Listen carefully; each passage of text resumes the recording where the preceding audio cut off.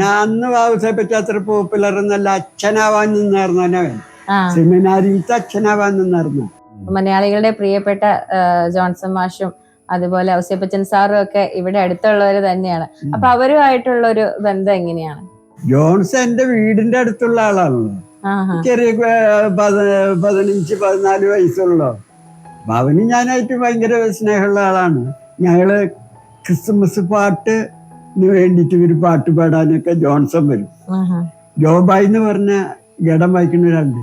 ജോബായി എന്ന് പറഞ്ഞാൽ ജാസ് വായിക്കണതിൽ കേരളത്തിലെ ഏറ്റവും പേരുള്ള ആളാ, തിരുവനന്തപുരത്ത്. അപ്പൊ അയാളും വരും. അപ്പൊ അവരൊക്കെ ഭയങ്കര പരിചയമാണ്. ഔസേപ്പച്ചൻ അങ്ങനെയല്ല. ഔസേപ്പച്ചൻ ഒല്ലൂരെന്ന് പറഞ്ഞ സ്ഥലത്താണ് വീട്. ഞാൻ അന്ന് ഔസേപ്പച്ചൻ അത്ര പോപ്പുലർ എന്നല്ല, അച്ഛനാവാൻ നിന്നായിരുന്നു അവൻ. സെമിനാരിയിലത്തെ അച്ഛനാവാൻ നിന്നായിരുന്നു. അപ്പൊ ആ സെമിനാരിയിലത്തെ അച്ഛൻ തബല വായിക്കും. എൻ്റെ റൂമിൽ വന്നിട്ട് തബല പഠിച്ച അച്ഛൻ.